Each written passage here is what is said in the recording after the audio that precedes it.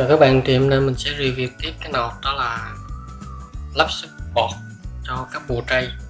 Thì mình sẽ dựa trên cái file mà phân đốt các bộ tray á, mình sẽ tùy biến nó lại để mình sử dụng cho cái phần là lắp support cho các bộ tray.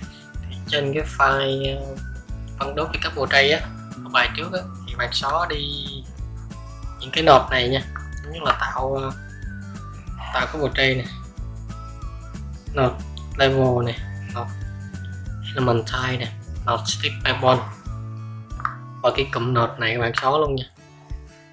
Đây, các bạn chừa lại bao nhiêu đây cho mình đây.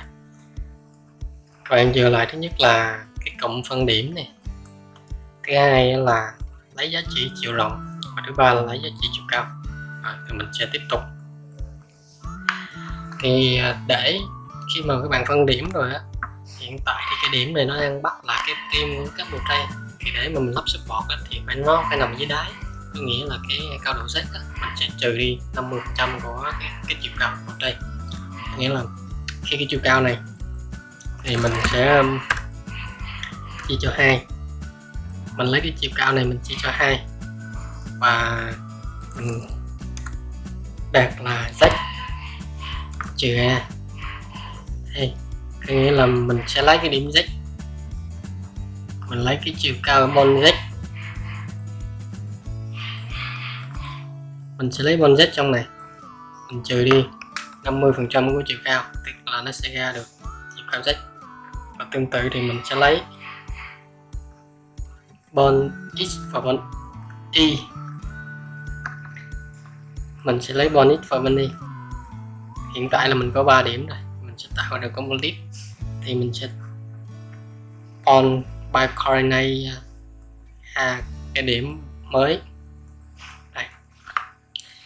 Sau khi mà các bạn đã tìm ra được cái điểm mới này thì mình sẽ dùng cái node là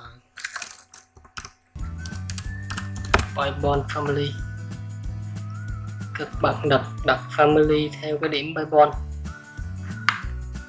mình dùng node này nhé, family intarsi bybond.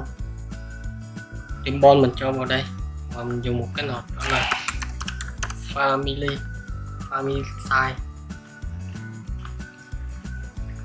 Thì node này mình sẽ đặt nó là input, thì mình sẽ chọn tới cái giá trị mà cái family này, family support các bộ tray. Family này các bạn có thể xem ở dưới cái phần mô tả nha, mình có cái link hướng dẫn để tạo ra cái family này. Và sau khi mà mình đã tạo ra và mình đã đặt cái family vào đúng những cái điểm mình đã chia, thì tiếp đến là mình sẽ thay đổi cái chiều rộng của family để nó phù hợp với các bộ tray. Thì ở đây thì mình sẽ dùng cái node là get parameter.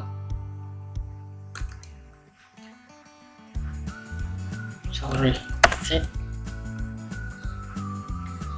Các bạn dùng cái node là set parameter nha.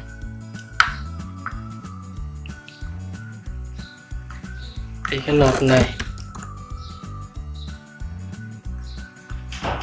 thì family đây mình sẽ cho vào và mình lấy cái giá trị của nó là